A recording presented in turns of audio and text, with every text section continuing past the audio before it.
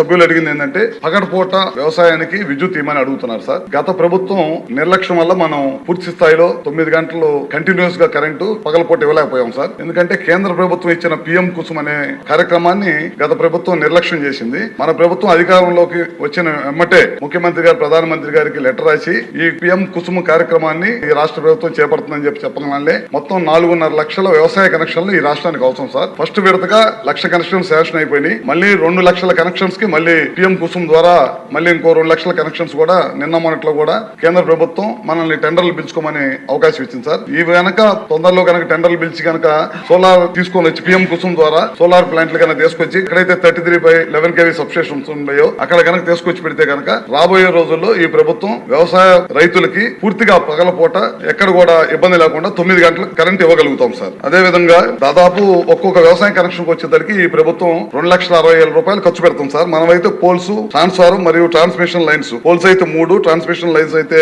180 మీటర్లు, ఇవన్నీ కూడా మనం ఇస్తాం సార్. దాదాపు ఈ ప్రభుత్వం వ్యవసాయ కనెక్షన్స్ కానీ విద్యుత్ కింద 12,400 కోట్ల రూపాయలు పైన ఖర్చు పెడుతుంది సార్. ఇందాక మన బలరాం కృష్ణ గారు అడుగుతూ 350 కనెక్షన్స్ ఉన్నాయని చెప్పారు. అవి కూడా తొందరలోనే పూర్తి చేస్తామని చెప్పి మీ ద్వారా సభ్యులకు తెలియజేస్తా ఉన్నాం సార్. అదే విధంగా 3 సబ్స్టేషన్స్ ఎప్పటి నుంచో పెండింగ్ ఉన్నాయి అంటున్నారు. వాటిని కూడా లోడ్ ఉంటే కనుక ఆ ప్రాంతంలో లోడ్ ఉండి అవసరం, సబ్స్టేషన్ అవసరం అనుకుంటే కనుక ఖచ్చితంగా ఇమీడియట్ గా దాన్ని కూడా చేస్తాం. ఈ ప్రభుత్వం అధికారంలోకి వచ్చిన తర్వాత 3 డిస్కమ్స్ పరిధిలో దాదాపు ఇప్పటికే 70 సబ్స్టేషన్స్ టెండర్లు పిలిచే ప్రక్రియలో కొనసాగుతుంది. తొందరలోనే టెండర్లు పిలిచి ఎక్కడైతే లోడ్ ఉందో వాటిని అధిగమించడం కోసం మనం ఈ కార్యక్రమం కూడా చేపడతా ఉన్నాం సార్.